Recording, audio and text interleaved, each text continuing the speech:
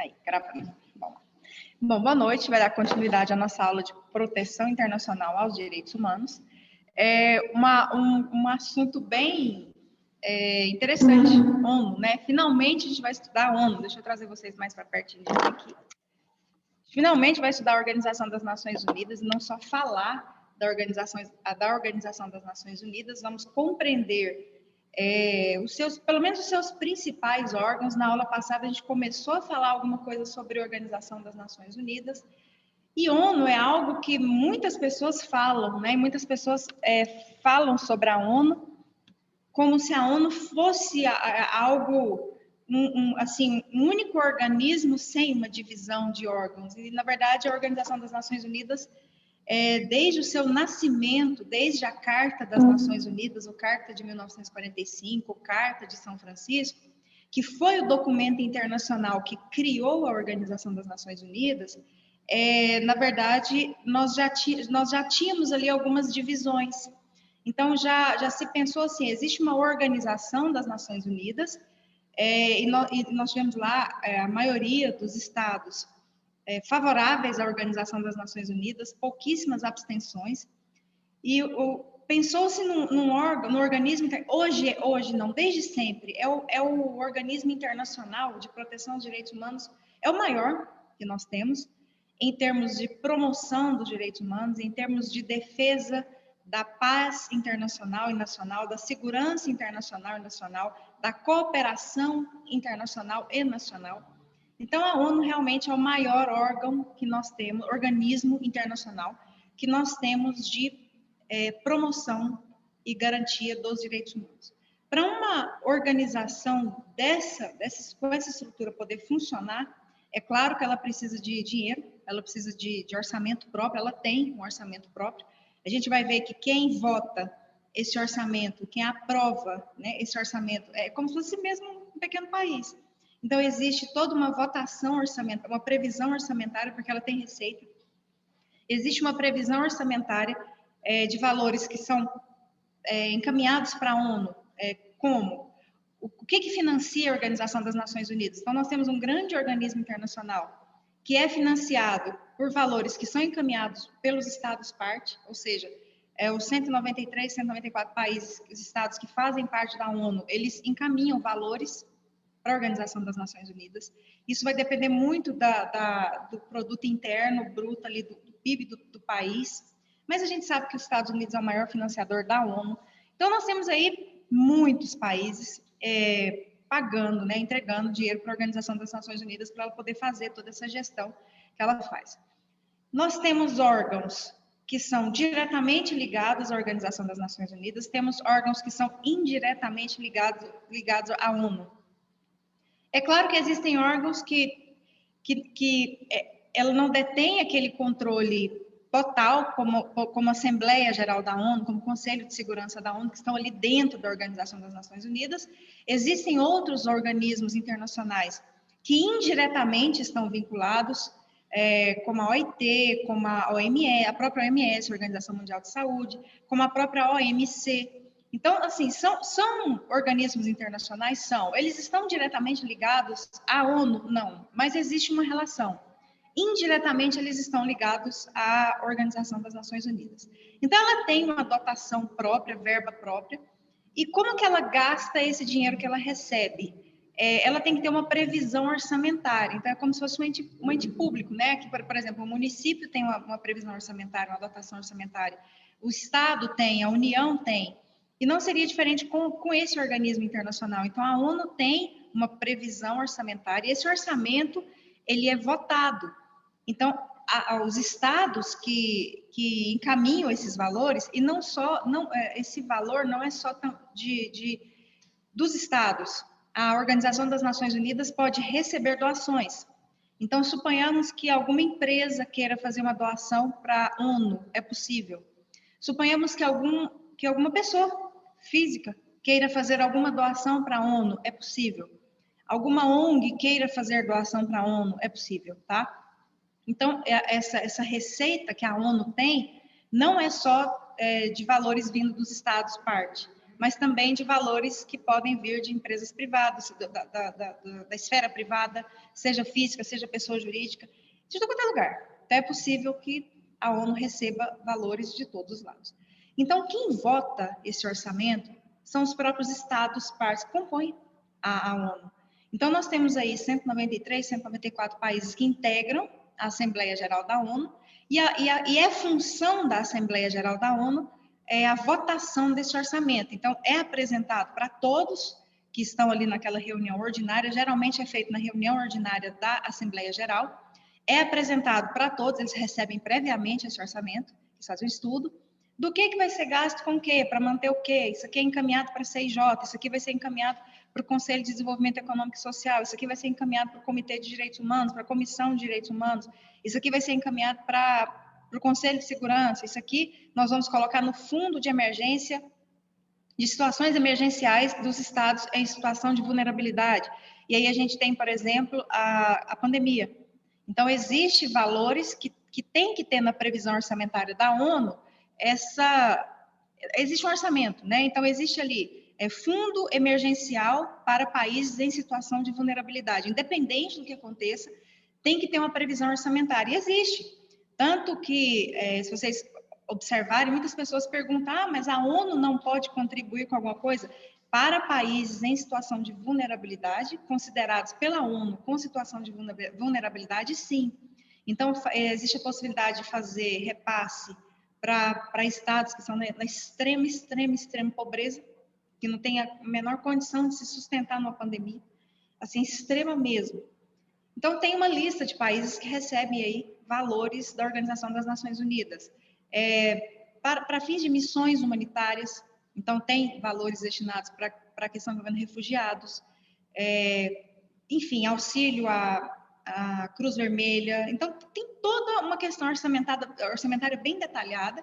Isso é repassado para os estados-parte antes dessa reunião, eles fazem uma análise e aí vão para fazer a votação. É claro que pode ter sugestão de alteração. Qualquer estado-parte pode sugerir uma alteração no orçamento da Organização das Nações Unidas, mas isso tem que ser votado, tá? Então, suponhamos que o Estado brasileiro chegue lá na Assembleia Geral da ONU, não, olha, nós recebemos aqui e nós estamos entendendo que está muito alto esse valor a ser gasto com isso aqui não está muito coerente. Então, é possível fazer uma apresentação até escrita antes, lá passar a palavra para o representante daquele Estado, que pode ser ou o presidente ou um representante indicado pelo presidente. Isso pode ser feito desde que haja votação. Então, há uma votação orçamentária para a Organização das Nações Unidas poder funcionar. Então, a ONU, ela foi estruturada em órgãos. Existe um secretário-geral da ONU, você já tem algum chefe da ONU, né? Tem alguma pessoa ali que responde pela ONU? Tem. É o secretário-geral da ONU. Então, um dos órgãos da Organização das Nações Unidas é o seu secretariado. E o secretário-geral da ONU é ele que responde pela Organização das Nações Unidas. Mas, assim, quando a gente pega as funções do secretário-geral da ONU, a gente percebe que são mais questões administrativas, que as principais decisões que são tomadas no cenário internacional em termos de cooperação, promoção dos direitos humanos, cooperação, a própria manutenção da paz internacional, ou seja, da segurança internacional, na verdade, os próprios regulamentos, os próprios tratados, eles trazem a obrigatoriedade de passar por órgãos específicos. Então, por isso que é muito difícil uma decisão envolvendo a garantia de direitos humanos da Organização das Nações Unidas seja tomada unicamente pelo secretário-geral. A maioria das decisões, elas passam pelos órgãos, ou a Assembleia Geral da ONU, ou o Conselho de Segurança, que toma as principais decisões. Por exemplo, existe uma possibilidade de guerra entre Estados Unidos e Coreia do Norte. Um exemplo. O secretário-geral da ONU, ele não pode, só por ele só, marcar um diálogo para fazer uma intermediação entre esses dois estados para poder dialogar e evitar um conflito armado. Ele vai ter que passar o caso para o Conselho de Segurança da ONU e vai ter toda uma decisão interna do Conselho de Segurança para ver como que vai ser a abordagem, tá? Então, não é a figura do secretário-geral que faz isso. Ou vai ser um representante do Conselho de Segurança, ou o próprio secretário Geral da ONU, juntamente com alguém do Conselho de Segurança. Então, existe uma questão de organização assim, muito interessante dessa importância dos órgãos, tá? Não é aquela coisa assim, que foi estruturada só no papel.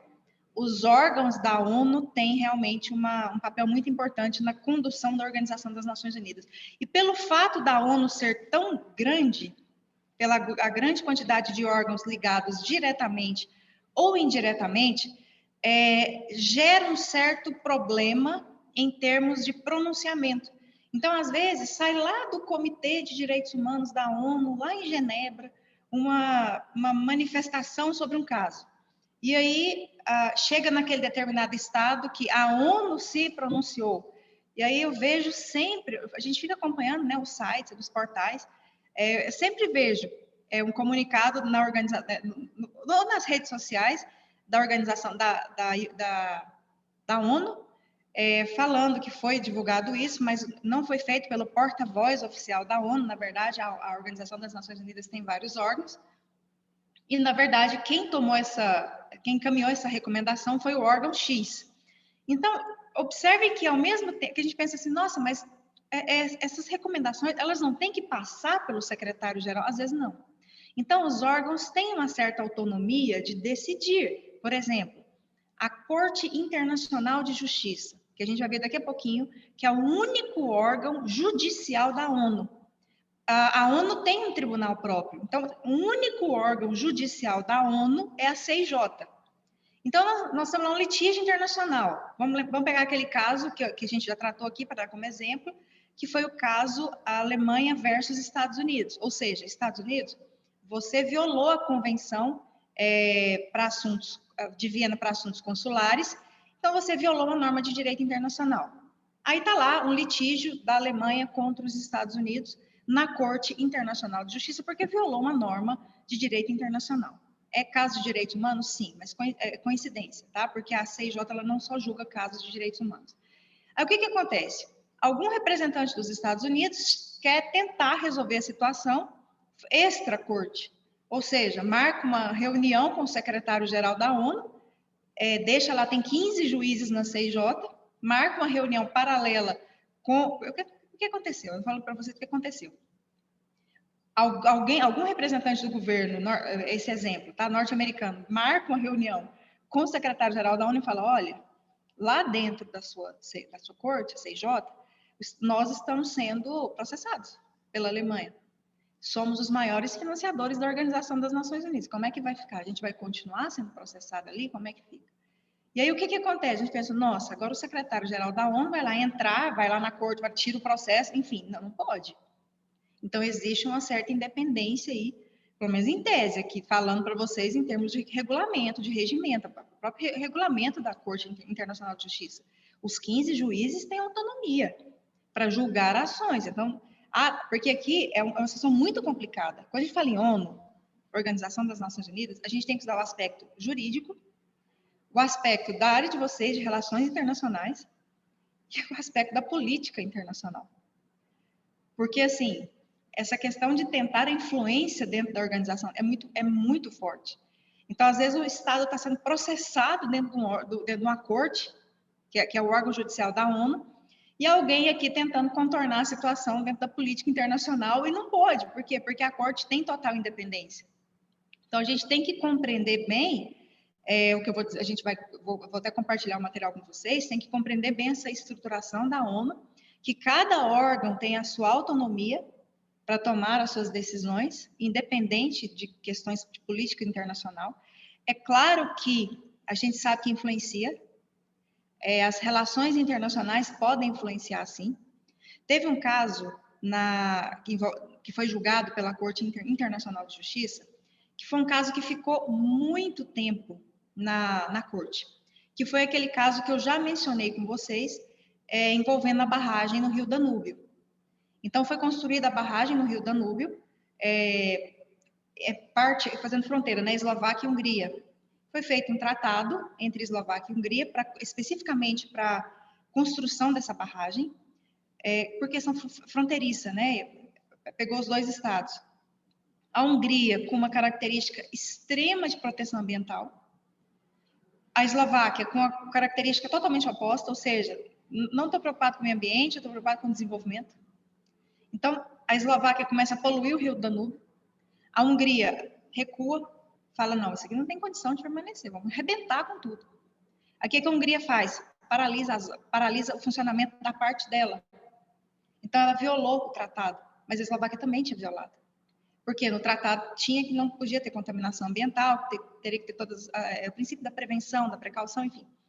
Aí o que acontece? Não se consegue chegar num consenso e vira uma ação internacional. A Eslováquia processa a Hungria no Tribunal da ONU. Quando eu falo Tribunal da ONU, é a CIJ. A Corte Internacional de Justiça é o único órgão judicial da ONU. Então, quando nós temos Estado contra Estado, CIJ. Virou uma ação internacional. Eslováquia contra Hungria. Uma ação que levou muitos anos. Muitos anos. E a Eslováquia tentando uma medida cautelar, uma liminar para funcionar, e aquela coisa não saía, o processo estava ali engastalhando. Aí o que acontece? Foi exatamente a área de vocês. O representante das relações internacionais, depois de muitos anos de ação lá em andamento. Então, a CIJ, para decidir, muita gente querendo influenciar nessa decisão, representante de relações internacionais da Eslováquia se reunindo com o representante das relações internacionais da Hungria para virar e falar, vamos tirar essa ação da CIJ, porque aquilo vai levar anos. Vamos tentar chegar num acordo, vamos tentar fazer uma mediação. Mediação, gente, é uma forma de solução de conflito em que uma terceira pessoa ela é chamada para mediar ali e sair dali um acordo. Então, os representantes das relações internacionais da Eslováquia e da Hungria, depois de muitos anos de ação, entram num acordo que seria interessante marcar uma reunião para tentar fazer uma mediação. Nunca se falou em mediação ambiental. Foi a primeira vez. Por isso que eu falo que esse caso é um caso muito rico de informações. E aí foi feita a reunião. E esses representantes das relações internacionais dos países, juntamente com o jurídico, foram para essa mediação e a questão foi resolvida em mediação. Então, depois de muito tempo, mas para isso acontecer, você pode ter certeza que foi assim, uma força muito grande de relações internacionais buscando ali um diálogo entre os estados para se chegar na corte e falar, corte, o juiz, olha, suspende o processo, é que nós vamos tentar uma mediação. E foi feito dessa forma. Então, os órgãos existem e ali, né, circulando os órgãos, tem toda uma questão de relações internacionais e de política internacional para tentar mexer e evitar algumas coisas. Então, a ONU é uma organização que é, assim, extremamente importante e, além disso, é algo que dentro do campo das relações internacionais talvez seja o sistema universal, é o sistema universal, né, de proteção, mas talvez seja o sistema internacional de proteção aos direitos humanos que a gente mais vê a presença marcante das relações internacionais, tá? Porque é uma situação muito complicada ali, delicada, dificilmente um Estado não vai fazer parte da ONU. A gente tem exemplo dos Estados Unidos, que não faz parte de muitos sistemas internacionais, então não é cultural dos Estados Unidos fazer parte de sistemas internacionais, não faz parte do sistema interamericano, e cedia a Comissão Interamericana. Então, é um Estado que fala, não, eu não vou fazer parte porque a minha concepção de soberania é diferente, e eu não gosto muito de interferências internacionais aqui dentro. Os Estados Unidos entendem que eles têm um sistema que pode resolver internamente seus problemas. Enfim, é o consentimento que prevalece, mas ele não sai da ONU, ninguém sai da ONU. Então, é muito complicado aqui. Ah, mas ele não faz parte do TPI, mas o TPI não é um órgão da ONU. Nós já estudamos que o TPI é um órgão independente, é um tribunal independente, que tem orçamento próprio. Mas ele pode ser processado na CIJ, pode, porque ele faz parte da Organização das Nações Unidas. Então, toda vez que a gente faz a seguinte pergunta, dentro desse órgão da Organização das Nações Unidas, pode ser encaminhado algo contra esse Estado, se ele faz parte da ONU? Sim. É possível que, a não ser que tenha algumas regras que condicionem essa questão que a gente vê daqui a pouco, que é a questão específica do Comitê de Direitos Humanos da Organização das Nações Unidas. Mas a regra é que sim. Se o Estado ele faz parte da ONU, ele responde por questões que são levadas aos órgãos da Organização das Nações Unidas. Então, vamos lá, nós estamos falando aqui de um organismo internacional que tem personalidade jurídica, então é um ponto interessante de se falar, porque não são todos que têm personalidade jurídica, a ONU tem personalidade jurídica. O que isso significa? Tá? Significa que a ONU pode fazer tratado. Então, quando a gente fala que um organismo internacional ele tem personalidade jurídica, é porque ele pode fazer tratado. Ele pode criar uma lei internacional. Assim como os estados têm personalidade jurídica internacional, os estados podem fazer tratado, uniram 120 estados para fazer um tratado. Sim, o Estatuto de Roma. O Estatuto de Roma foi resultado da união de 120 estados que se organizaram para publicar um tratado no cenário internacional. Mas os estados têm personalidade jurídica no cenário internacional. A ONU também tem. Então, a Organização das Nações Unidas é um organismo internacional que possui personalidade jurídica. É como a gente fala que dentro do nosso direito é uma pessoa jurídica, né? A ONU tem personalidade, é como se ela fosse como se fosse uma pessoa jurídica. Quando a gente fala que um organismo internacional tem personalidade jurídica, é porque ele pode fazer tratado. Então, se a Organização das Nações Unidas quiser fazer um tratado hoje, ela faz, como ela fez. Quando nós estudamos a Declaração Universal dos Direitos Humanos, de 1948, nós estudamos que foi publicada uma declaração por uma resolução da Assembleia Geral da ONU. Então, a Declaração Universal dos Direitos Humanos foi publicada por meio de uma resolução da Assembleia Geral da ONU, mas era uma declaração. E aí a gente estudou que essa declaração, por mais que representasse simbolicamente o principal documento internacional em termos de positivação e promoção e garantia dos direitos humanos, com o passar do tempo, a declaração acabou se tornando um documento que não era tão respeitado pelos estados. Por quê? Porque era uma declaração. Então, naquela época, no fim de Segunda Guerra Mundial, né, a estruturação da ONU, não tinha uma ONU ainda estruturada para fazer uma declaração. Então, foi tudo feito de uma forma muito paralela, ao mesmo tempo ali. Porque nós temos, em 45, uma carta que cria a ONU, e nós temos uma comissão que se organiza paralelamente a isso, e foi publicada em 48. Então, não teve nem condição de fazer naquela época, a ONU não estava estruturada a ponto de se fazer um tratado. Então, por isso que foi feita uma declaração. Uma declaração com 30 direitos, tem 30 artigos na Declaração Universal dos Direitos Humanos. Aí, o que acontece? Uma baixa normatividade dessa declaração é uma declaração. Então, o Estado se posicionava, não vou cumprir o que está numa declaração. Aí nós temos uma reviravolta, porque nós já tínhamos uma ONU mais estruturada na década de 60, com seus órgãos, e aí a possibilidade de se fazer tratado. Peraí, Estados, vocês não vão cumprir esses direitos humanos que estão previstos na declaração? Tudo bem, então nós vamos fazer tratado. Tratado é lei. E aí, o que a Organização das Nações Unidas fez? Ela publicou 2 tratados, só que com o nome de pacto.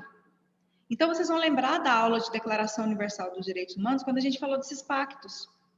Então, em 1966, foi publicado o Pacto Internacional dos Direitos Civis e Políticos e o Pacto Internacional dos Direitos Econômicos, Sociais e Culturais. 2 pactos.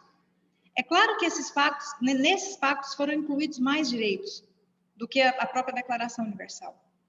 Então, nós temos aí a ONU fazendo tratado. Ela pode fazer pacto, ela pode fazer protocolo, ela pode fazer convenção. Ela pode, porque ela tem personalidade jurídica.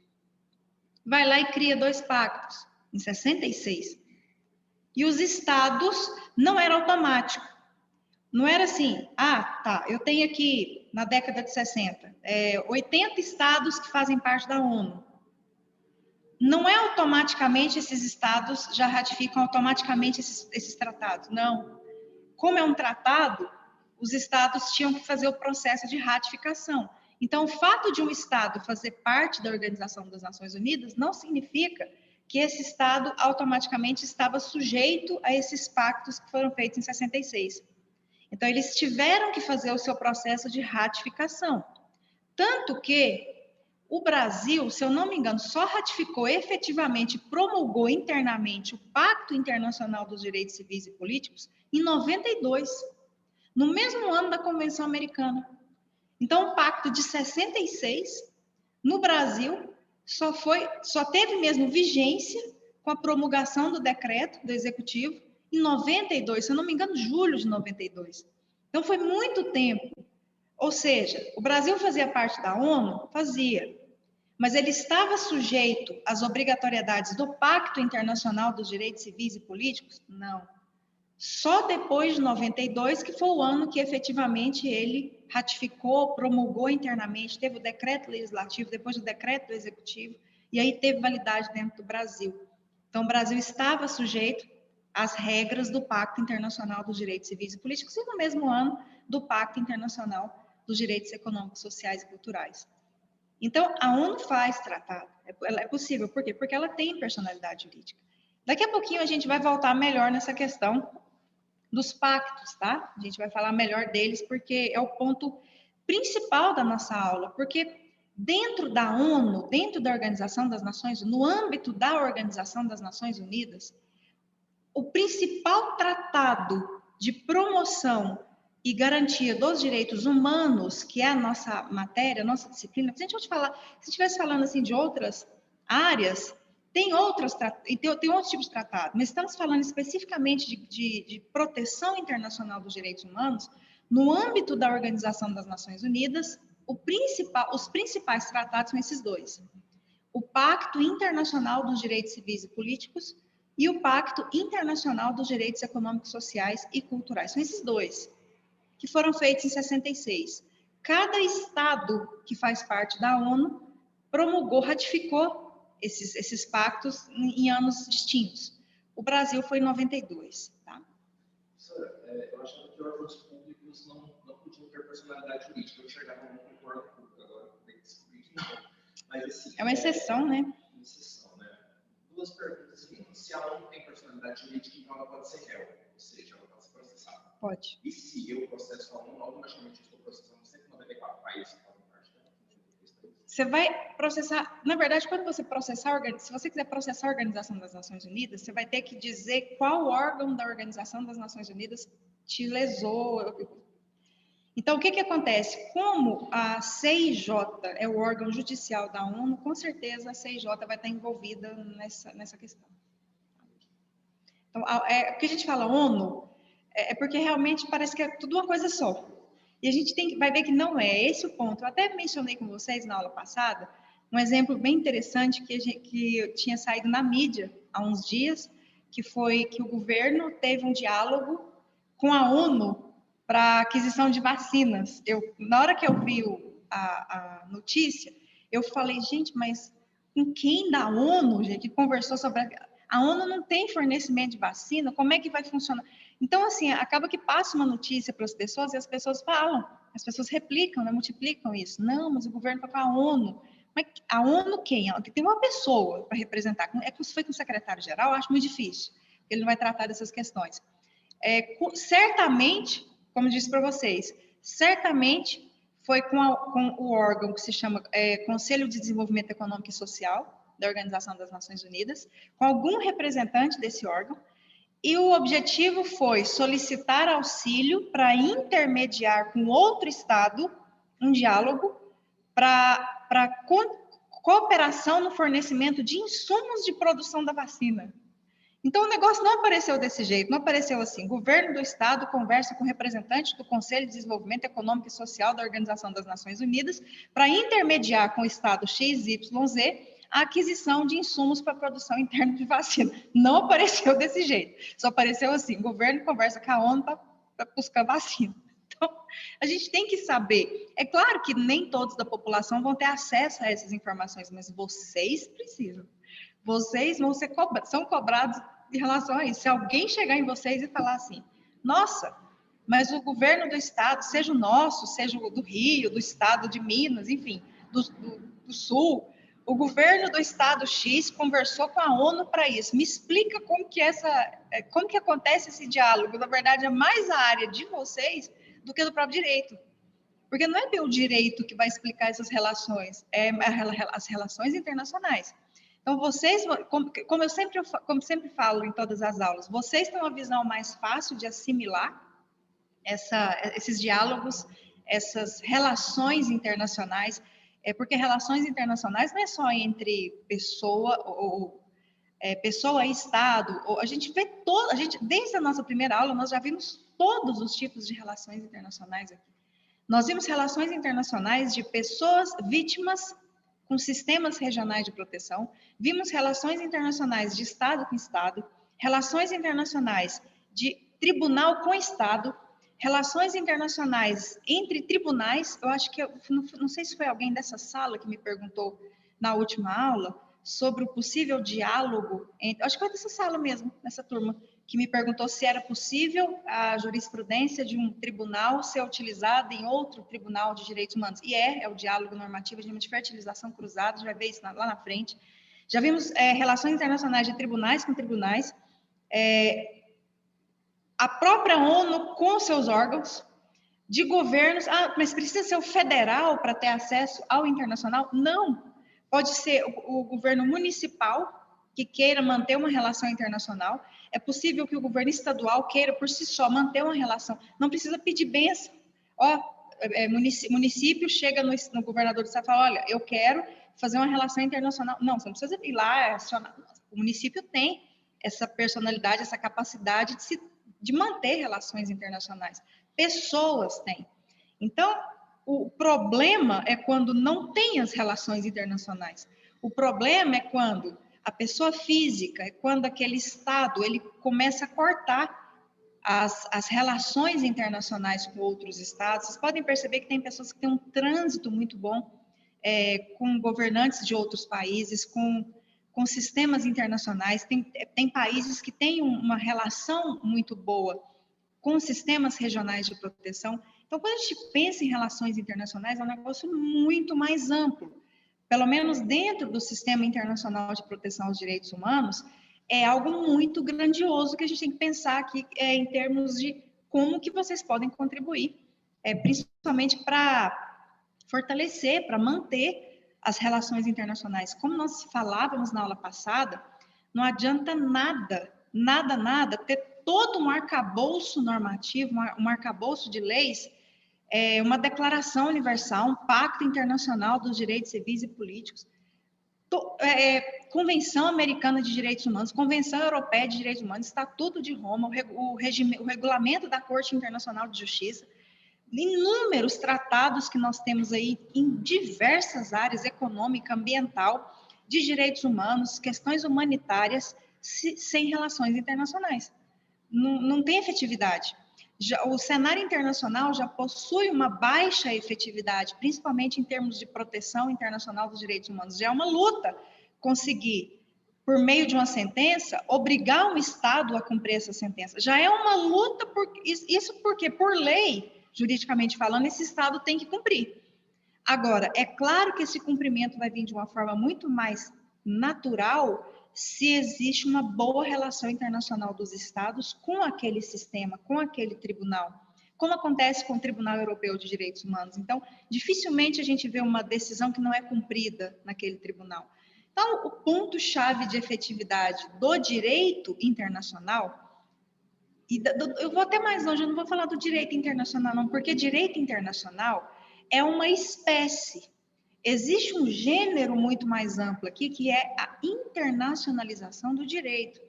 Então, dentro do fenômeno da internacionalização do direito, nós temos o direito internacional público, nós temos o direito internacional privado, nós temos o direito internacional dos direitos humanos, o direito internacional ambiental, o direito internacional sanitário.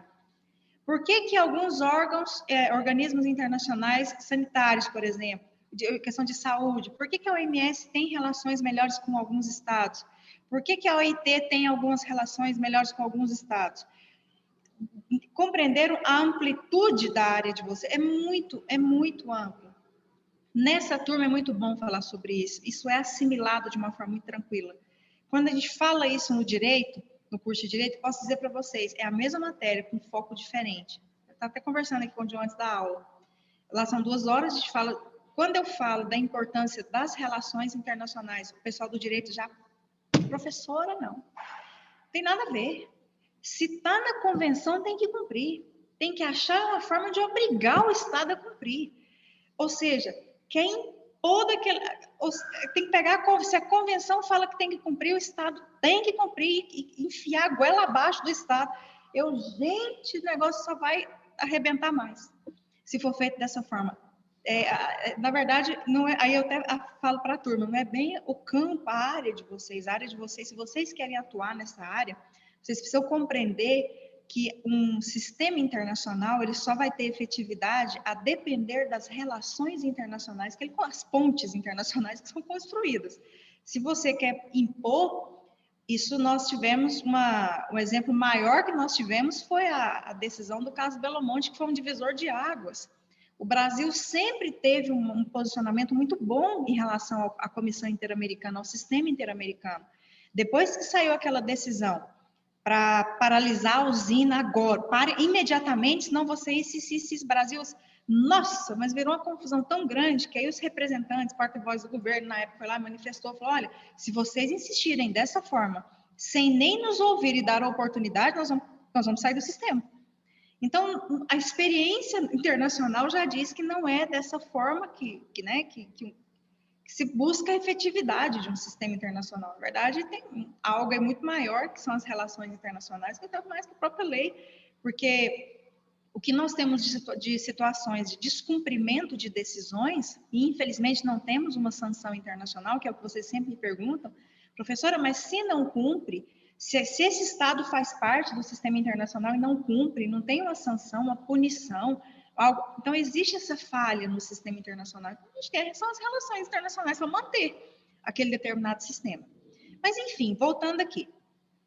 É uma organização que possui personalidade jurídica, então ela tem a capacidade de fazer tratados, como já fez, e até mencionei para vocês, que dentro dessa matéria que nós estudamos, o Pacto Internacional dos Direitos Civis e Políticos e o Pacto Internacional dos Direitos Econômicos, Sociais e Culturais são os principais tratados em termos de proteção internacional dos direitos humanos que foi feito pela Organização das Nações Unidas.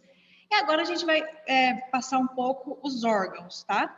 Os órgãos que integram a Organização das Nações Unidas até chegar no último, que é o que a gente vai focar mais, que é o Comitê de Direitos Humanos da Organização das Nações Unidas, que é onde as pessoas encaminham as petições, alegando a violação do Pacto Internacional dos Direitos Civis e Políticos, pedindo uma resposta internacional para que isso seja levado para dentro de um Estado. Então, é nesse ponto que eu quero chegar com vocês, nós vamos compreender a estrutura, pelo menos os principais órgãos da ONU, tá? Vamos compartilhar esse material aqui para a gente poder compreender.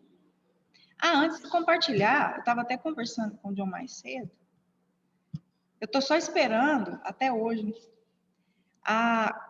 quando abriram para eu lançar as notas de vocês, colocaram a segunda VA. Lá tá, para eu lançar a segunda VA de vocês. Eu fico carregando isso aqui, à espera de um milagre. Eu estou com a nota de vocês faz tempo, está aqui comigo, tá? Não está lançada ainda, porque eu realmente estou esperando tirar o segunda VA e abrir. Eu até brinquei, falei, vou lançar a nota deles na segunda. Porque o que está aberto para mim é a segunda. Falaram que vão arrumar. Hoje me garantiram que até amanhã, no máximo depois da manhã, resolve. Mas as notas de vocês estão comigo. Todo mundo saiu bem. Essa aqui já é a ata pronta para ser entregue na secretaria, mas não posso entregar porque eu preciso lançá-la no liceu. Mas assim, todo mundo saiu bem, tá? A nota mais baixa que é 90. Mais baixa é 90. Mas se alguém estiver muito ansioso, professor, estou morrendo de ansiedade para saber minha nota, me manda aqui no WhatsApp que eu mando, tá? A nota para vocês e fica aqui caminhando. Tão de ata que eu estou aqui, vocês não acreditam. Porque não foi só a turma de vocês. Todas as minhas turmas abriram segunda VA para lançar, faltando de ata. Aí eu fico carregando, porque o tempo inteiro, onde eu vou, os alunos me perguntam da nota, aí fica aqui na pastinha comigo. Mas, enfim, foi por isso que não apareceu no sistema. Está aberto lá para mim segunda eu lançar. Tem um tempão que eu estou pedindo lá. Aí hoje eu conversei com a pessoa na Secretaria-Geral, parece que eles vão mexer lá e vão arrumar, eu vou poder conseguir lançar a nota de vocês no liceu. Então, acredito que até amanhã, depois, está lá. Mas se alguém quiser saber a nota, me manda aqui, que eu mando, não agora, depois que terminar a aula, que eu falo, tá? A nota, mas não se preocupem, a nota mais baixa foi 90, tá? E tem de 100 aqui, 95, né? Parabéns para vocês pela prova. Então, vamos lá compartilhar, para a gente poder compreender. Ó.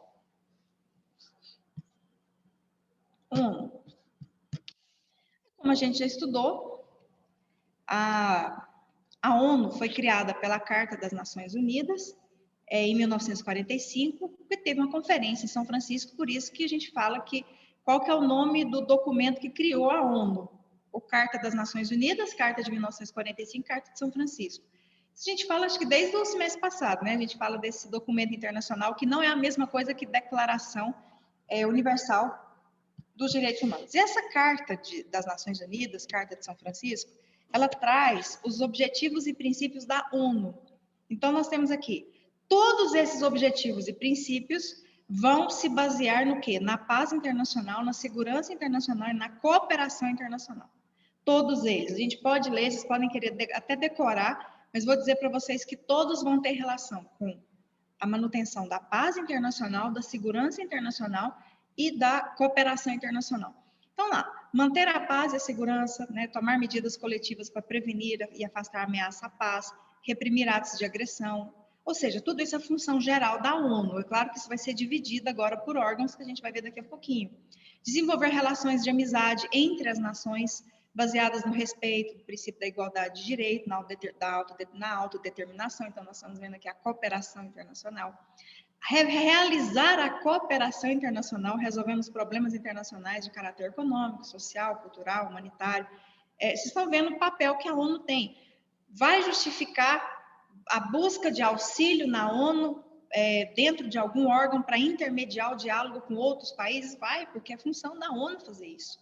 Professora, por que foram na ONU pedir isso? Porque é função da ONU essa cooperação internacional. É claro que ela não vai obrigar um Estado, olha, Estado, esse Estado aqui, ele está precisando disso e disso e disso. Você é obrigado a fornecer ou a fazer alguma coisa. Não, não é isso.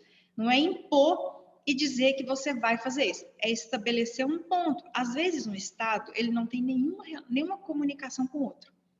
Pode ser que um determinado Estado tenha bons diálogos com o Estado X, Y, Z, tenha bom Estado com a Alemanha, com a França, com os Estados Unidos, mas não tem uma boa relação com a Indonésia, com a China, com a Coreia, com a República Dominicana, enfim, com a Argentina. Então, existem essas situações, ninguém se dá bem sempre com todo mundo. Ou às vezes não é nem porque se dá bem, às vezes porque não tiveram oportunidade de nenhuma relação internacional, porque é um novo governo, são novas pessoas que estão ali, ou um determinado governo distanciou tanto e o outro está querendo reaproximação. Então, muitos fatores aqui existem para que isso aconteça. Então, se aquele Estado, ele vê, olha, a gente não tem muita relação internacional com aquele outro Estado, e aquele outro Estado ele pode nos ajudar em alguma coisa, envolvendo questões econômicas, questões sociais, culturais, humanitárias, sanitárias, como nós estamos vendo agora. Se é possível isso, então esse Estado pede auxílio para a Organização das Nações Unidas via algum órgão. Então, órgão X, é possível encaminhar um representante para intermediar esses diálogos entre nossos sistemas aqui de relações internacionais? Sim, é possível. Então, a ONU tem esse papel. Ser um centro destinado a harmonizar a ação das nações para a consecução de objetivos comuns. Então, vocês podem ver que são objetivos e princípios que sempre vão ter como base a paz internacional, a segurança internacional e a cooperação internacional. Sempre. Todos eles vão ser sintetizados nesses 3 objetivos muito específicos da Organização das Nações Unidas. E aí nós temos o maior órgão da ONU, que a gente chama de Assembleia Geral da ONU, que é a que vocês estão preparando. Que dia que vai ser? É agora? Sexta-feira agora? Se eu conseguir, eu entro para assistir. Para ver vocês. Se eu conseguir sexta-feira, eu não sei se é nesse sábado que eu dou aula numa pós, eu tenho que até ver, porque eu já dei o primeiro módulo, geralmente é de 15 em 15, às vezes que eu tinha visto dia 15 lá. Se eu não tiver que organizar umas aulas para dar aula na pós, na pós-graduação, acho que eu dou aula nisso, não é certeza. Bom, se eu conseguir, eu entro um pouquinho para ver a simulação de vocês, tá? Quem que vai fazer a abertura? Quem está representando o Brasil? Direito, vai ter terceiro período de direito, com certeza. Acho que terceiro período. Não é só a turma de vocês, não. Então, pegou todo mundo, né? Direito, vocês. Entendi. Tá. Vamos lá. Assembleia Geral da ONU. Bom, é o maior órgão da ONU, tá? Eu não vou dizer para vocês que é o mais importante. A gente vai ver assim, que tem umas questões que... Vocês vão ver aí nas funções. Pelas funções vocês vão perceber. Mas é o maior. Porque a Assembleia Geral da ONU é o único órgão da ONU que todos os Estados-membros que fazem parte da ONU estão representados. Eles têm assento, e têm voz, e têm voto. Então, é o maior órgão que nós temos da Organização das Nações Unidas. Todos eles têm direito a voto. Todos os Estados-membros que fazem parte da ONU, os mais de 190, têm direito a voto. Então, é um negócio meio demorado, né? Se a gente parar para pensar, dentro da reunião ali ordinária. E essa Assembleia Geral, eles se reúnem anualmente, é uma reunião, porque tem as reuniões ordinárias, tem a reunião ordinária e tem as reuniões extraordinárias. É possível que se convoque uma reunião extraordinária, porque um problema internacional estourou aí durante o ano e não dá para esperar chegar o mês de setembro para fazer a reunião ordinária da ONU. Então, é possível que o secretário-geral da ONU convoque os estados para reuniões extraordinárias.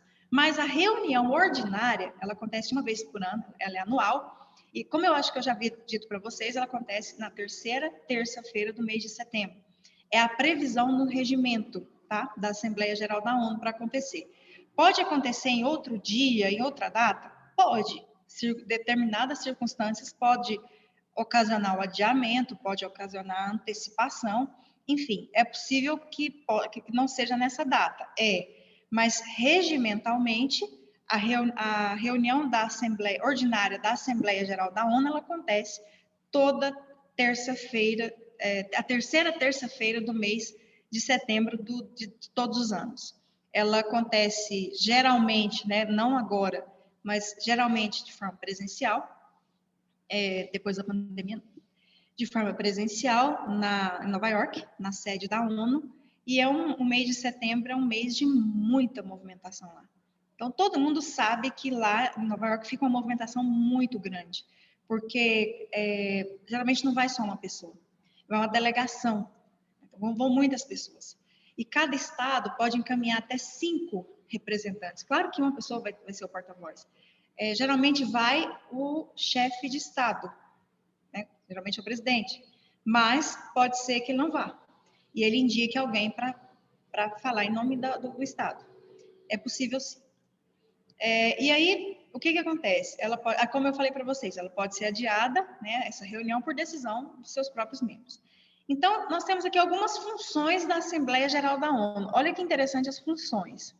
Depois a gente vai discutir um pouquinho do perfil dessas funções da Assembleia Geral. A função: discutir e fazer recomendações, não são decisões. Discutir e fazer recomendações sobre quaisquer questões ou assuntos que estiverem dentro das finalidades da presente carta, porque eu peguei aqui a Carta das Nações Unidas para vocês darem da presente carta, ou que se relacionarem com as atribuições e funções de qualquer dos órgãos nela previstos. Ou seja, qualquer questão envolvendo a paz internacional, a segurança internacional e a cooperação internacional, a Assembleia Geral da ONU pode discutir e fazer recomendações. Em síntese, é isso. Outra função: discutir e fazer recomendações, não decisões, sobre desarmamento e regulamentação de armamento.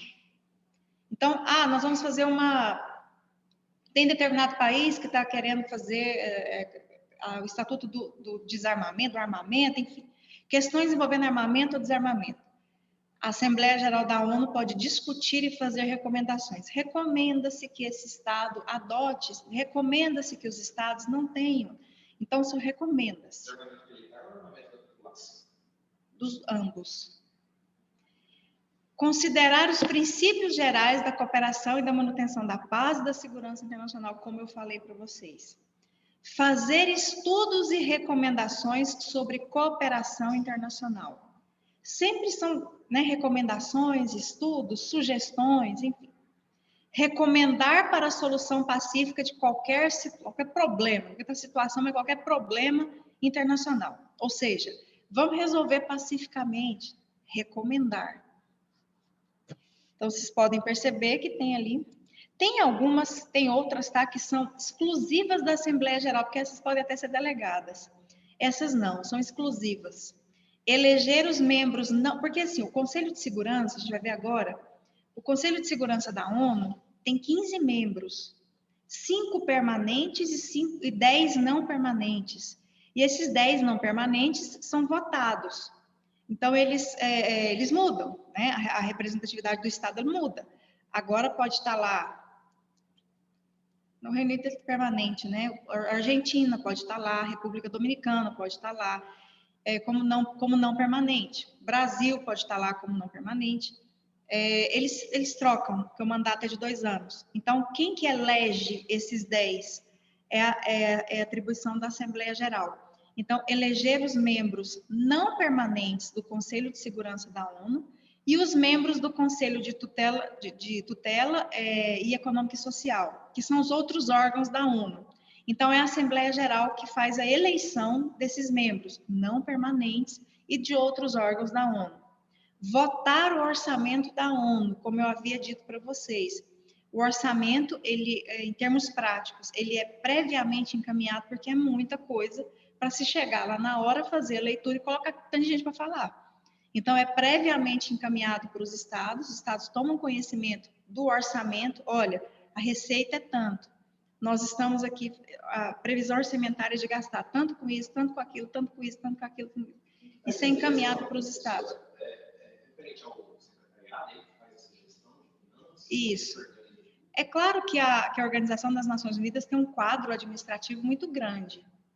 Além dos órgãos, tem o Serviço de Recursos Humanos, o Serviço Administrativo, de uma forma geral. Internamente tem também toda essa questão, o próprio órgão de desenvolvimento econômico e social auxilia nessa construção desse orçamento. E é o secretário-geral que conduz ali internamente. Então, o secretário-geral tem muitas funções administrativas, como eu disse para vocês. Então, para se chegar a ter um encaminhamento para os estados, passou pelo secretário-geral, porque ele que vai fazer o encaminhamento. Então, chega nos estados, previamente, eles fazem a leitura e vão com as suas observações. Geralmente é aprovado, nem querem que senão, porque geralmente não muda muita coisa, tá? Votar o orçamento da ONU, aprovar acordos de tutela, aprovar assim, um Estado vai fazer a tutela do outro, vai manter relações de cooperação para auxiliar outro Estado. Então, ele aprova esse acordo de um Estado com outro. Autorizar organismos especializados a solicitarem parecer da Corte Internacional de Justiça. Tá, vamos compreender isso aqui.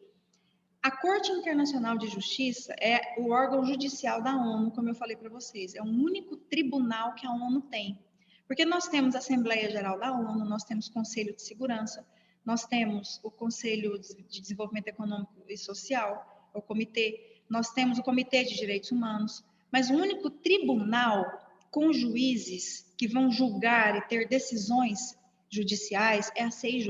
A gente já havia falado que fica é a Corte da Haia, não o Tribunal da Haia. O Tribunal da Haia é o TPI, mas é a Corte Internacional de Justiça, a maior corte de direito internacional do mundo.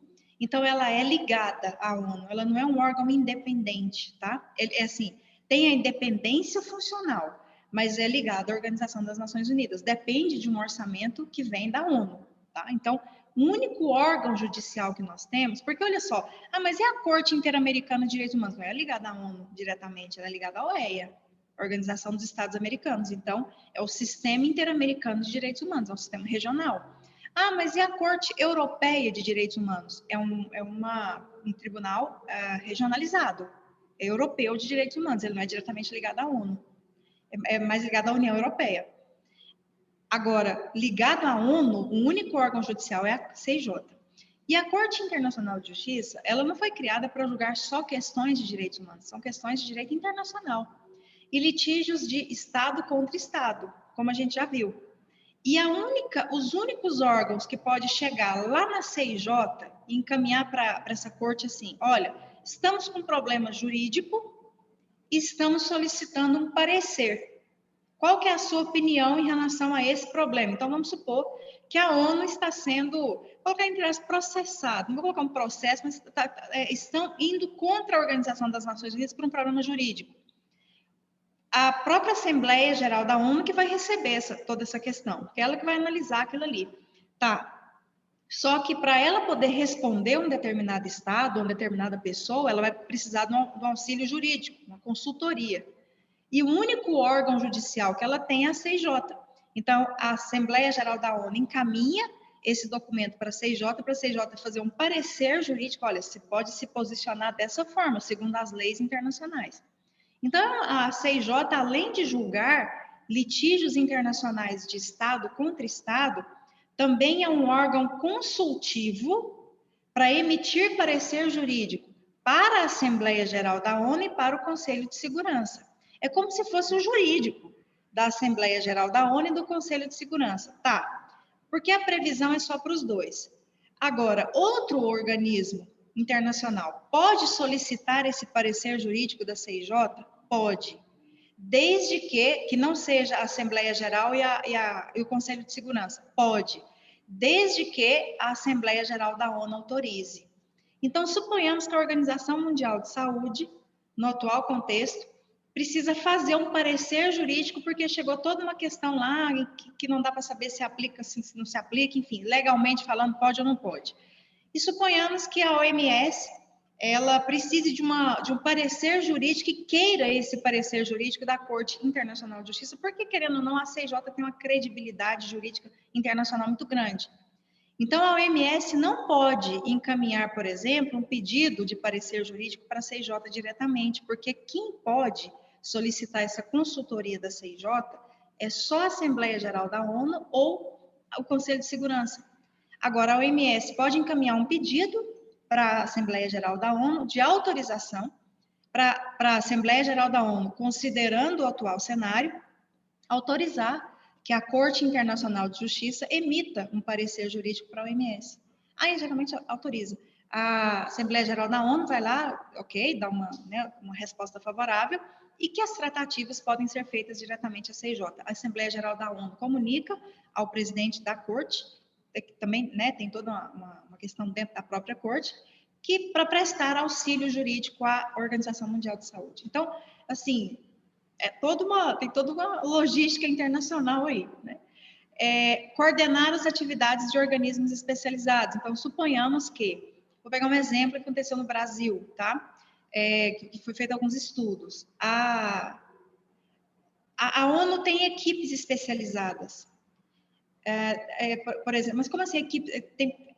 Tem voluntários, então tem pessoas que trabalham na área médica, que vão em missões humanitárias, pessoas da área de assistência social, psicólogos, que estão ali, né, se voluntariando para trabalhos da Organização das Nações Unidas. Então, vamos supor que a organização, ou então a ONU contrata também, é possível que ela contrate. Vamos supor que, vou pegar o exemplo do Brasil, depois da tragédia de Mariana. Em dezembro de 2015, a Organização das Nações Unidas encaminhou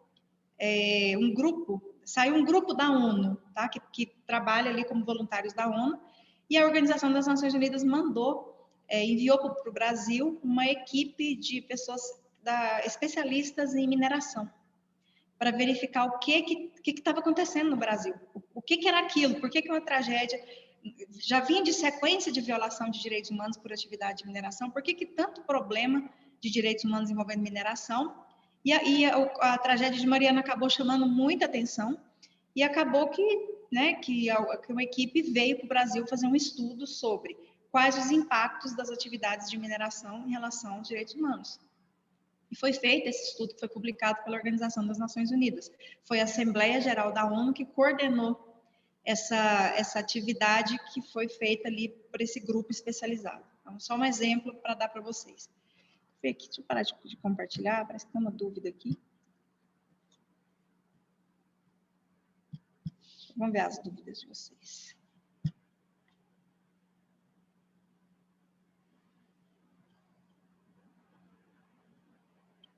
Não.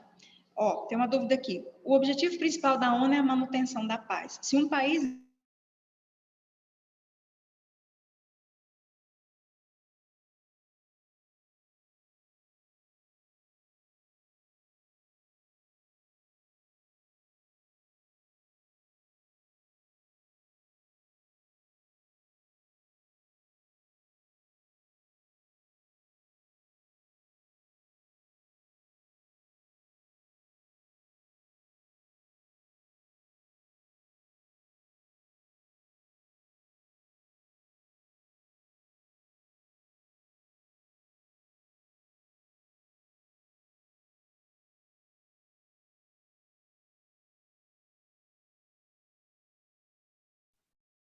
Nós voltamos, né?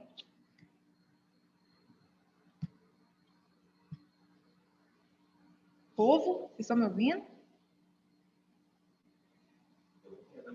Sim, agora sim. Cruz, credo, se a queda aqui, ó. Deu um negócio aqui, deu um trem esquisito. Vamos lá. Voltamos. Vamos lá, Hillary. Sua dúvida. O que acontece? Isso é uma guerra declarada, você pode ter certeza, do nada, não foi do nada, não foi da noite para o dia, estourou uma guerra. Então, aí é o Conselho de Segurança mesmo que interfere. Se o Conselho de Segurança conversou, intermediou, tentou de todas as formas resolver, posso dizer para vocês que quando acontece isso, geralmente o Conselho de Segurança ele vai lá pelo menos umas 5, 6, 10 vezes tentar intermediar e evitar que essas situações aconteçam.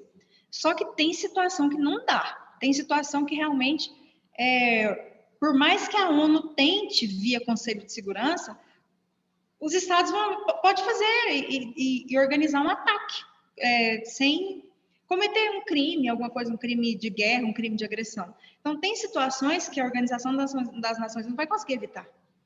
Então, vai depender muito. É claro que se ela envida todos os esforços para que isso não aconteça, não se pode atribuir a culpa somente a ela. Agora, se ela ficou totalmente inerte, viu que realmente tinha uma ameaça de conflito, se o Conselho de Segurança da ONU não quis se manifestar, não vamos entrar nisso, e deveria, aí sim, você pode atribuir uma parcela, não toda, os estados também envolvidos, uma parcela de responsabilidade para a Organização das Nações Unidas que foi omissa nas suas funções em relação ao Conselho de Segurança, tá? Então, não teve uma intermediação, teve. É muito difícil o Conselho de Segurança não se pronunciar com receio de retaliação internacional. Então, é muito difícil mesmo uma situação... É porque não é divulgado, isso acaba não sendo divulgado, mas é muito difícil você ver dois estados na iminência de um conflito ou de uma guerra e não ter uma intervenção do Conselho de Segurança para intermediar, para conversar, como teve várias vezes envolvendo Estados Unidos e Coreia, muitas vezes, na verdade, o Conselho de Segurança, né, vai colocar, meter a colher lá, teve mesmo. Agora, a ONU evita ao máximo a retaliação. Então, ela é a mãe, né, a rainha das relações internacionais, pelo menos as relações internacionais, a aparência é uma aparência muito forte ali pelo que ela carrega, uma responsabilidade simbólica muito forte. Então, dificilmente não vai ter uma manifestação do secretário-geral que vai chamar alguém do Conselho de Segurança que vai dizer, não, entra ali, a gente marca, fazer alguma coisa, vai ser muito difícil, porque a ONU não quer ser chamada de omissa. Apesar de ter uma característica da não intervenção, o Conselho de Segurança da ONU tem deveres. Então, é função do Conselho de Segurança fazer isso. Então, Hillary, em relação à sua dúvida, se ficar comprovado mesmo que foi totalmente omissa e deixou chegar no ponto que deixou chegar, que poderia ter ocorrido a intermediação, a gente pode dizer que tem uma parcela aí de responsabilidade nessa questão. Para deixar de existir, dificilmente algo vai acontecer a ponto de afirmar que a ONU vai deixar de existir, tá? As pessoas não querem, não é muito interessante que a ONU deixe de existir. Então, não chegaria nessa gravidade. Mas se ficar comprovado que teve uma omissão, ou seja, ele não se tentou, pelo menos uma intermediação, a gente pode atribuir uma parcela de responsabilidade à Organização das Nações Unidas. Professora, para o Estado fazer uma solicitação desse tipo para a CIJ, o país precisa ser necessariamente um Estado membro da Organização das Nações Unidas? Sim, precisa. Porque assim, o que acontece? O próprio regulamento da CIJ foi feito pela ONU em 46. Então, necessariamente ele precisa fazer parte da Organização das Nações Unidas, tá, Guilherme? Da CIJ, sim. Do Tribunal Penal Internacional, não. Deu para compreender? A senhora está me ouvindo? Guilherme?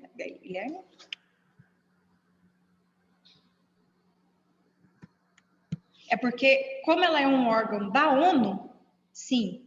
Se fosse um tribunal independente, não. Tá?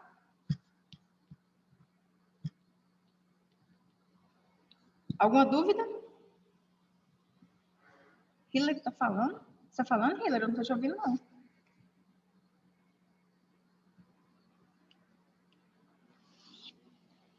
Tá, se você tiver alguma dúvida, fala aqui, tá? E aumenta um pouquinho o seu áudio, que não tá... Ele tá até fechado, o seu áudio. Qualquer coisa, coloca a pergunta aqui, a gente continua. Deixa eu voltar lá e compartilhar com vocês o material. Vamos lá, vamos para o Conselho de Segurança. Já volto lá na dúvida, tá? Conselho de Segurança, agora que é um órgão desse tamanhozinho. 15 membros, 5 permanentes, 10 não permanentes. Aí a gente já viu que os 10 não permanentes são votados pela Assembleia Geral. Então, o P5, que são os membros permanentes, são os vencedores da Segunda Guerra, mais a China. Estados Unidos, Rússia, China, França e Reino Unido. Gente, como eu já disse para vocês, toda aquela movimentação era para ser o Brasil mesmo, no lugar da China. Estava tudo organizado para ser o Brasil. Só que tem um problema. Lá na hora de fazer, tem um problema, e aí entrou a China, no lugar do P5, no lugar do Brasil. O Brasil teve uma participação muito grande na organização das Nações Unidas, da ONU, na estruturação dos órgãos, o ministro das Relações Exteriores ficava mais lá do que no Brasil. Então, já tinha toda uma questão aí envolvendo a participação do Brasil no P5. De última hora, não teve isso mais, foi a China. E aí, por questões de diplomacia internacional, colocou o Brasil para discursar primeiro na Assembleia Geral da ONU. Não são todos os livros que trazem isso, alguns livros trazem até algumas informações meio... Enfim, quando você faz muita pesquisa mesmo, documental, você consegue encontrar registros disso. Então, até no nosso departamento de pesquisa lá, o Antônio, na época, participou com a gente, muitos professores organizando, compartilhando documentos, chegou aí nessa conclusão. Então, é um órgão também permanente da ONU, as decisões têm que ser cumpridas, né, pelos membros da ONU. E aqui nós temos as funções do Conselho de Segurança. Vocês vão ver a diferença, a quantidade de funções e a diferença dessas funções.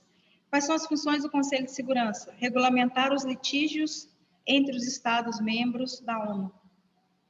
Então, regulamentar, não é recomendar, sugerir, discutir. Regulamentação de armamento, não é recomendação, não é sugestão, é regulamentar. Então, se vai ter uma questão de armamento, essa regulamentação tem que partir do Conselho de Segurança. Agir nos casos de ameaça à paz e agressão, tomar providências mesmo, a questão que a Hillary levantou.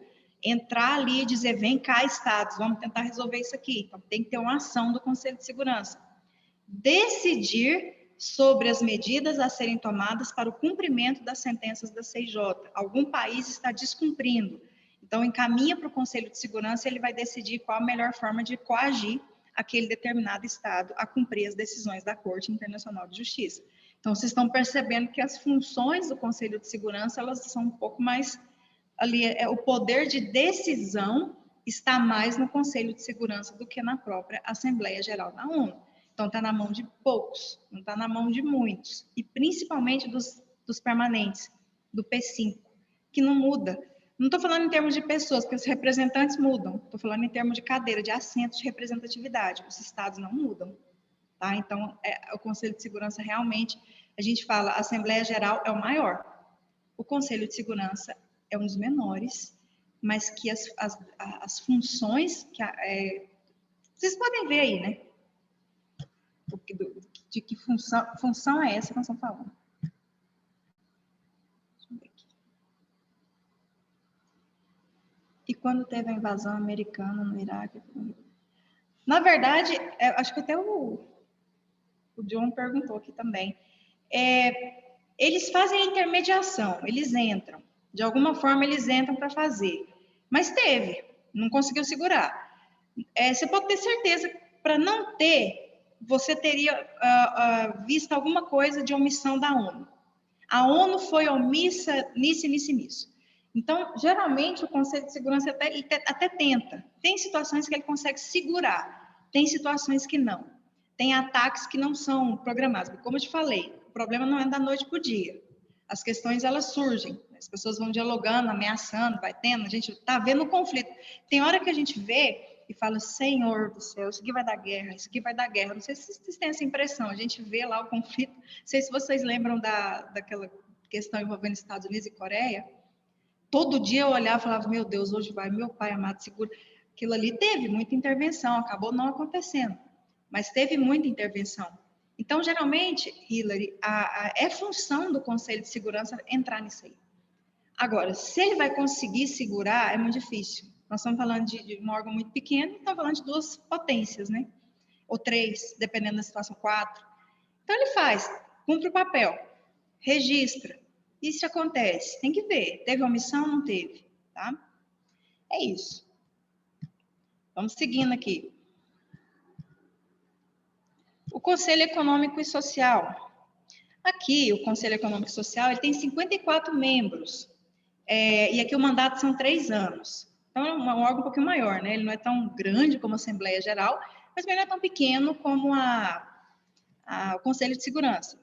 Então, ele é o órgão da Organização das Nações Unidas, sob a autoridade da Assembleia Geral, para questões envolvendo assuntos econômicos e sociais. Prepara relatórios, estudos, faz recomendações, convoca conferência, prepara projeto de convenção sobre matéria econômica e social, promove o respeito aos direitos fundamentais, negocia acordos entre a ONU e organizações especializadas, bem como coordena atividades, enfim, isso é um negócio meio genérico aí, mas tudo que envolve questões econômicas, auxílio de países que precisam de desenvolvimento econômico, auxílio envolvendo questões sociais, a garantia até de direitos fundamentais. Por isso que eu falo para vocês que dentro da Organização das Nações Unidas, certamente qualquer pedido que foi feito para intermediar essas questões envolvendo questões sanitárias que vão muito além de uma crise sanitária, que acaba afetando a questão econômica, acaba afetando questões sociais e direitos fundamentais, certamente foi para o Conselho Econômico e Social da Organização das Nações Unidas, porque que mais se aproxima desse tipo de diálogo é ele, tá? Mas tem um determinado país da África que está em situação de extrema pobreza e está solicitando um auxílio da Organização das Nações Unidas para se desenvolver. Então, esse conselho econômico não só ajuda financeiramente, mas a principal ajuda é apresentar planos de desenvolvimento, como que esse país pode potencializar o seu desenvolvimento. Então, as pessoas vão lá para dentro daquele país e vai ajudar a reestruturar aquele país, como que ele pode manter relações internacionais, qual estado pode cooperar para esse estado se desenvolver. Então, não é só dar dinheiro, não é isso. É auxiliar num plano de desenvolvimento de um determinado estado. Então, a ONU tem um órgão especificamente para isso, tá? Nós temos o secretariado, que é um órgão permanente, que tem mais função, que o secretário-geral ele tem mais funções administrativas do que de decisão da Organização das Nações Unidas. Ele tem um mandato de 5 anos, como foi estipulado pela Assembleia Geral, e ele é o chefe da ONU. Então, ele é responsável exclusivamente pela Organização das Nações Unidas e ele não pode receber instruções de nenhum país. Olha, o Estado X, é por isso que eu falo para vocês, não estou dizendo que não acontece, mas ele não pode. Quando eu falei lá atrás, ele não pode. Então, vamos supor que a Alemanha está processando os Estados Unidos. Os Estados Unidos vai lá mas o secretário-geral é meu amigo. Eu vou conversar com o secretário-geral da ONU, que é o chefe da ONU, porque ele tem que falar lá na Corte Internacional de Justiça para acabar com esse processo, por isso. Então, ele não pode receber instruções de ninguém em relação a questões internacionais.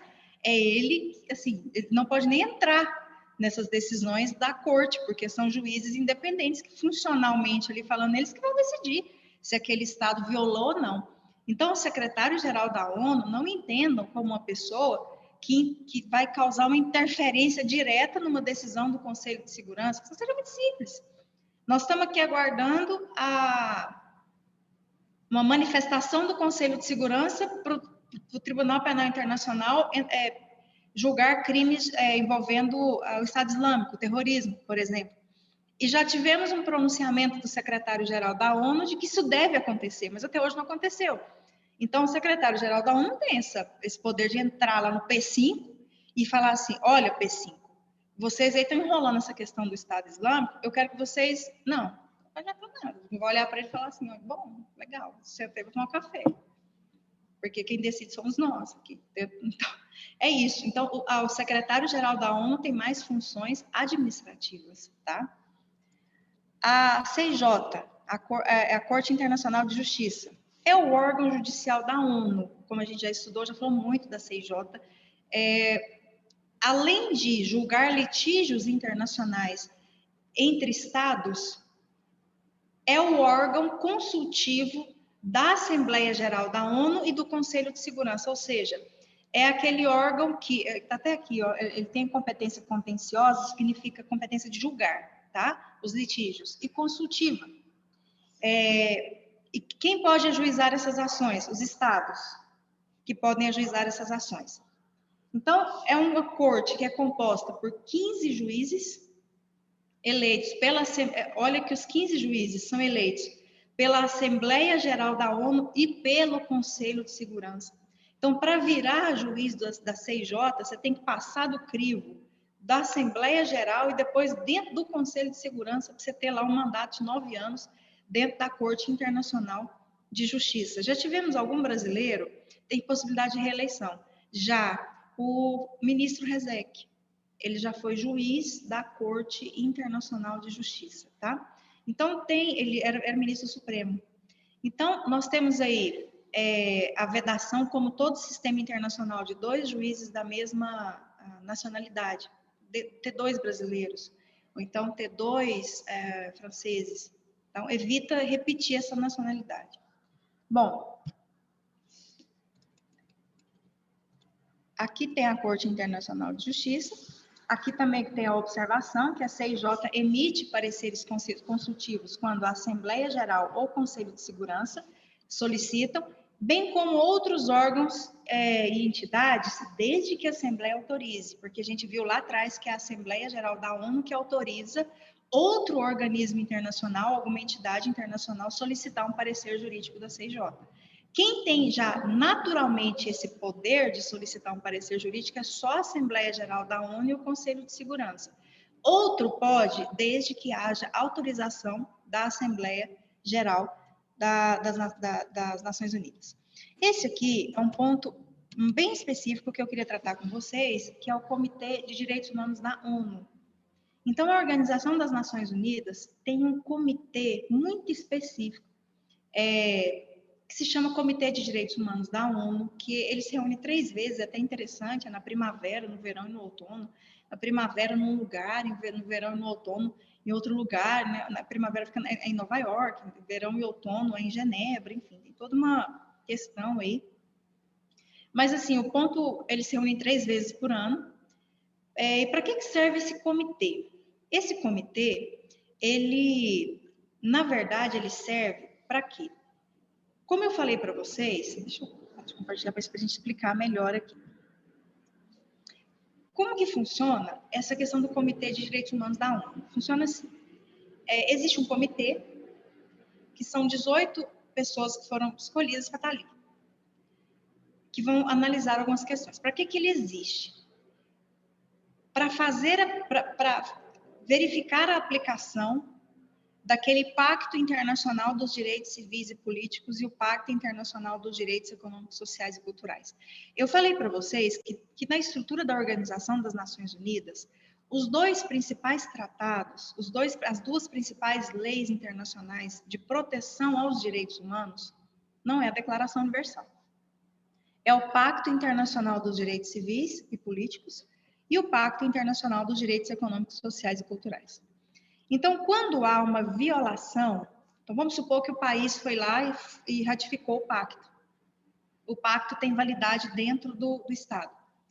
Se houve uma violação do Pacto Internacional dos Direitos Civis e Políticos, se aquele Estado faz parte, é possível que o Comitê de Direitos Humanos analise a questão.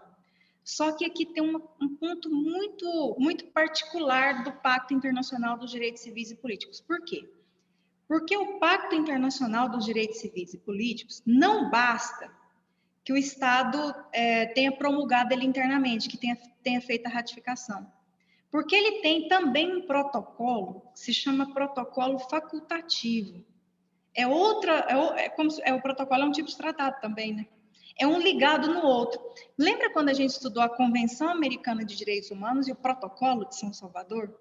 É muito semelhante aqui. Então, nós temos o Pacto Internacional dos Direitos Civis e Políticos, que prevê os direitos humanos, que devem ser cumpridos pelos países que fazem parte, que ratificaram esse pacto.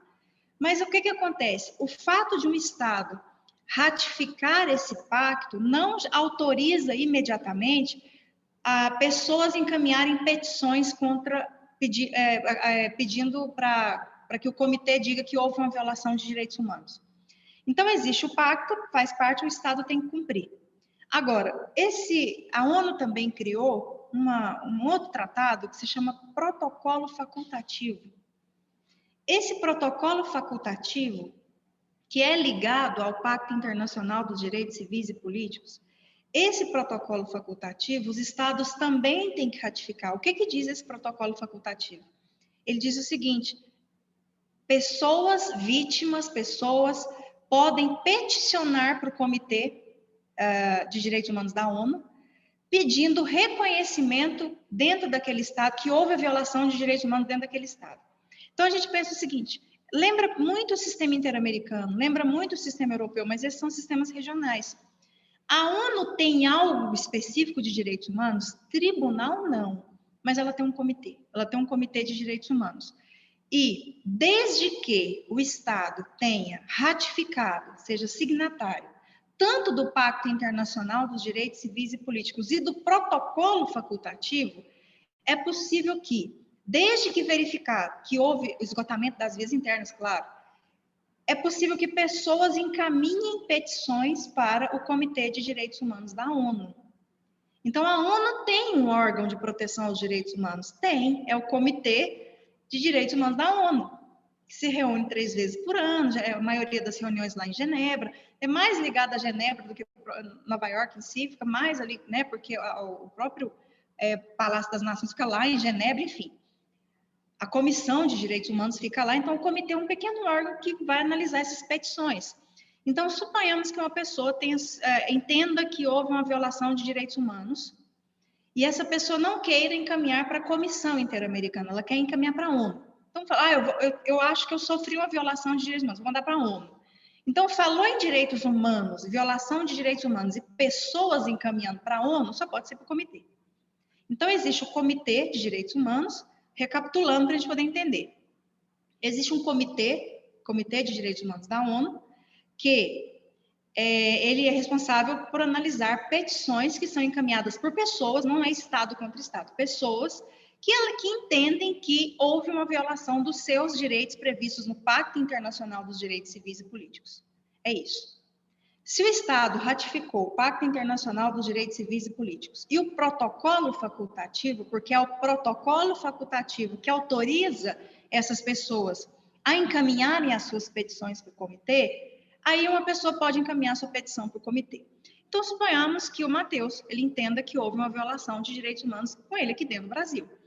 E aí ele fala assim, não, professor, eu não gosto muito da Comissão Interamericana, eu acho que o Brasil não tem a questão da comissão, não sei, eu gostaria de encaminhar para a ONU. Tem como? Olha, Matheus, você, pessoa física aqui, CIJ não pode, é Estado contra Estado. Mas a ONU não tem um tribunal, mas ela tem um comitê que, se você comprovar que houve violação de direitos civis e políticos lá do pacto, que o Brasil ratificou o pacto em 92, então você encaminha, ok. Eu quero encaminhar para a ONU, então vai ser o Comitê de Direitos Humanos da ONU. Só tem um problema, um problemão. E as pessoas descobriram isso num caso envolvendo o Brasil. E aqui, vocês vão se lembrar de um caso envolvendo um ex-presidente aqui do Brasil. O famoso caso Lula. Eu não sei se vocês vão se lembrar, foi a maior polêmica que nós tivemos em 2018, 2019, porque o que aconteceu?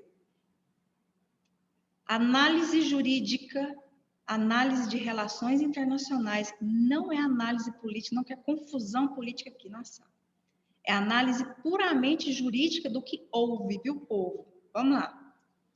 O que aconteceu? Foi um caso real. Aconteceu em 2018, não sei bem que ano que foi que ele fez isso. Em 2018, o ex-presidente Lula, ele não se conformou com algumas decisões que foram tomadas internamente no Brasil. Então, ele entendeu que se esgotou as vias internas. Então, os advogados dele fizeram um erro muito, enfim. Os advogados dele encaminharam uma petição para o Comitê de Direitos Humanos da ONU. Ele falou, vou levar o caso para a ONU. O meu caso foi perseguição, enfim, vocês já sabem o que ele levou.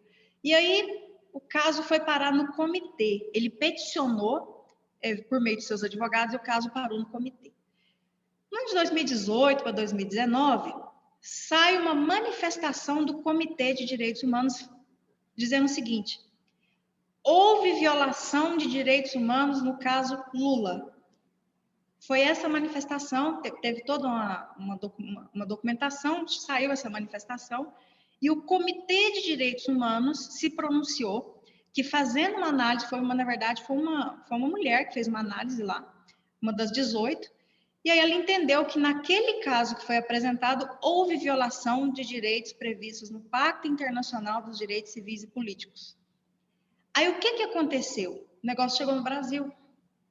Quando chegou no Brasil, virou a discussão. O Brasil é obrigado ou não a atender essa recomendação que veio do Comitê de Direitos Humanos, da ONU. Então, o trem pegou tanto aqui no Brasil, foi parar no Supremo.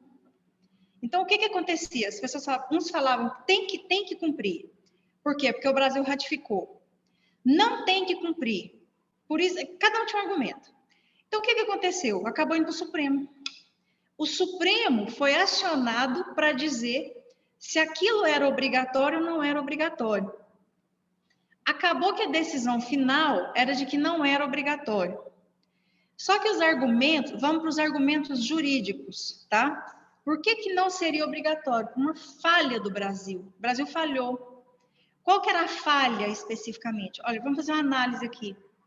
Primeiro, o Comitê de Direitos Humanos é um comitê. Ele não é tribunal. Então, ele não dá decisão, ele dá recomendação. É igual a comissão. Sabe a Comissão Interamericana? Então, talvez tenha sido uma falha o órgão. Talvez os advogados mandaram para o órgão errado. Poder ir para o tribunal. Seria muito melhor ter uma decisão que uma recomendação. Então, o negócio no Brasil já é difícil. Aí chegou uma recomendação, mas enfim, o problema não foi só esse. O Brasil tem uma falha. Eu até passei aqui no quadro, no tópico, o Brasil e o protocolo facultativo. Isso é para qualquer pessoa, tá? Qualquer pessoa aqui, vamos supor que eu queira, o Matheus queira, o John queira, encaminhar. Vai dar ruim. Por que vai dar ruim? Porque o Brasil tem uma falha. Olha a falha do Brasil. O Brasil ratificou o Pacto Internacional dos Direitos Civis e Políticos. Ok. O Brasil, ele manifestou interesse no protocolo facultativo, que é o protocolo de peticionamento. Ele fez a promulgação do decreto legislativo, mas não teve a promulgação do decreto executivo. Então, o Brasil não é considerado que tenha aderido ao protocolo facultativo, porque ele não concluiu o processo de ratificação. Então, foi uma falha que o Brasil tinha.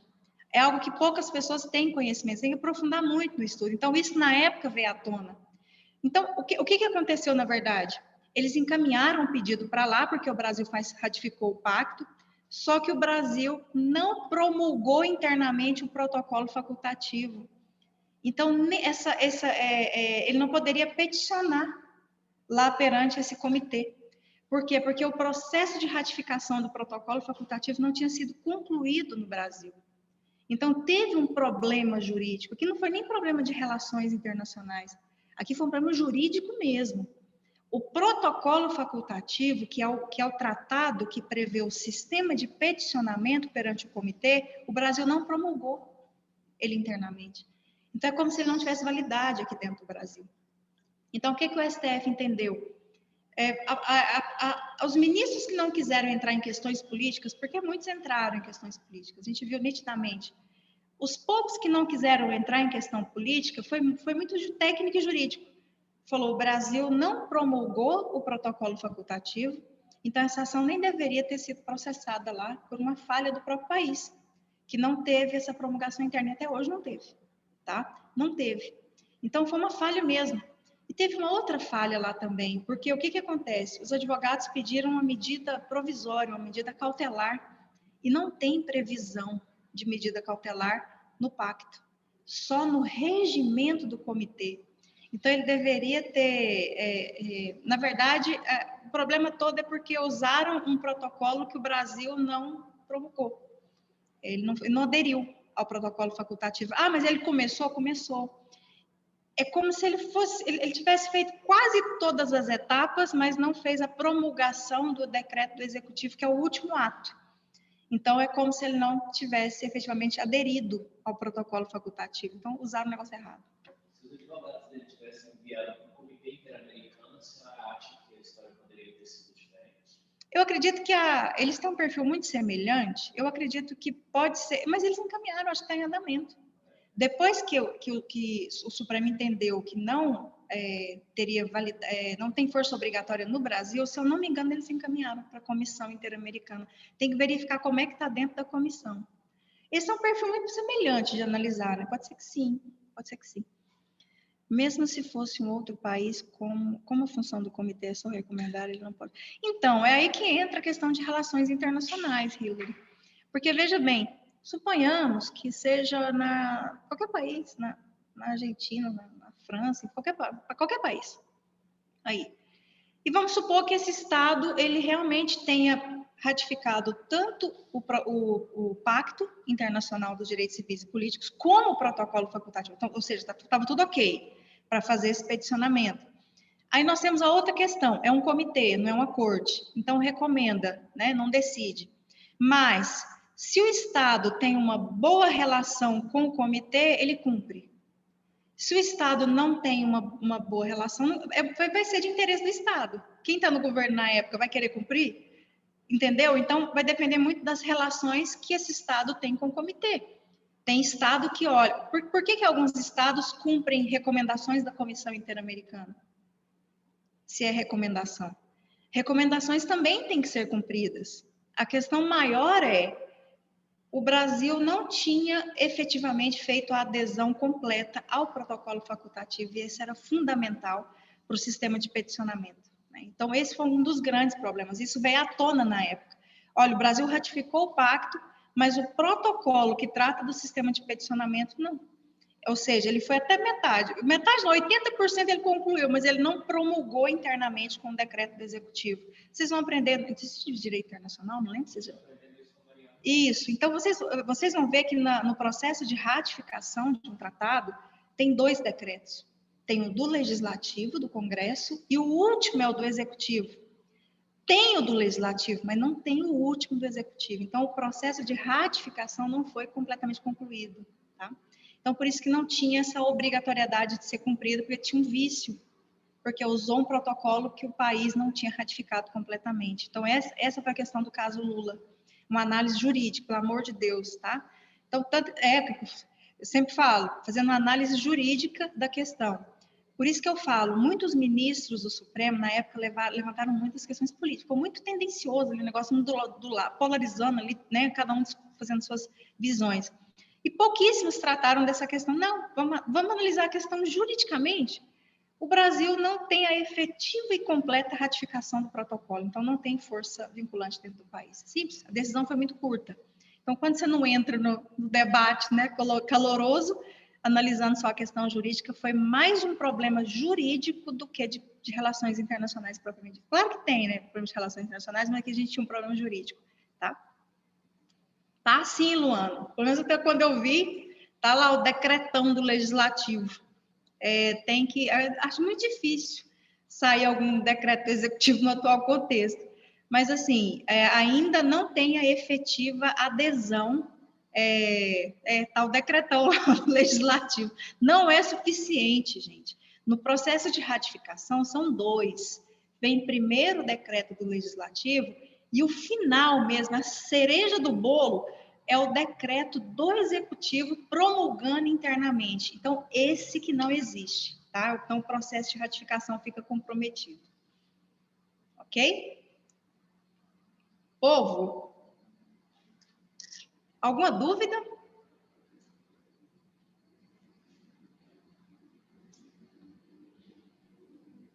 Não? Tudo certo?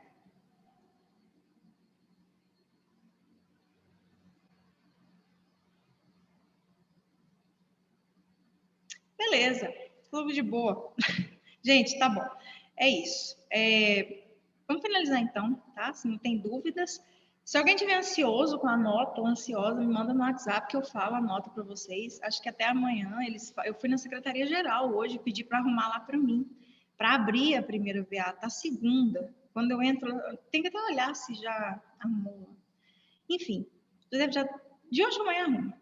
Eu tô com as notas aqui, se alguém tiver interesse em saber. Mas assim, tá? A nota menor é 90. A maioria tirou 100, 95, 100, 95, 100, 95.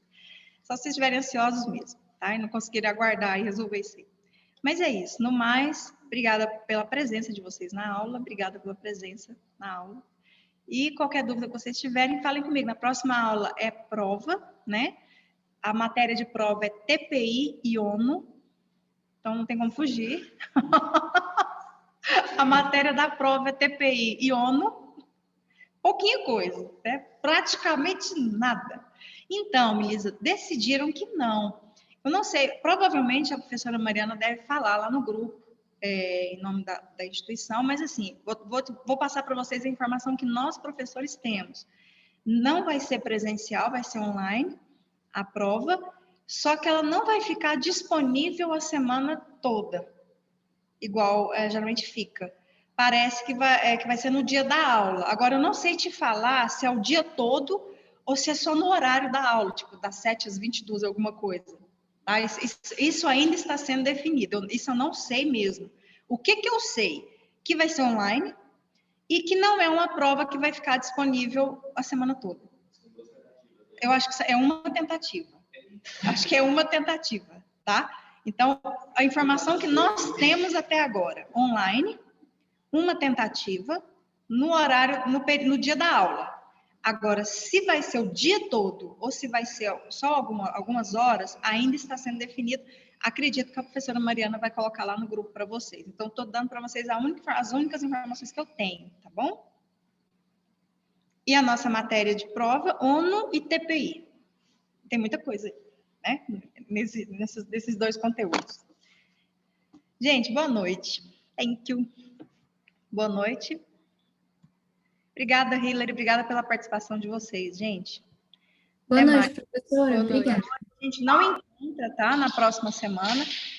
Se tiverem algum problema de internet, com a internet, com a prova, me manda aí, ou então manda para Mariana para resolver, enfim. Qualquer coisa, entre em contato. O que eu só não posso é responder questão. E qualquer problema que tenha entre questão, que pode acontecer, segura, na outra semana a gente vê e resolve, tudo se resolve, tá bom? Boa semana para vocês. Obrigada, Guilherme. Boa semana de prova.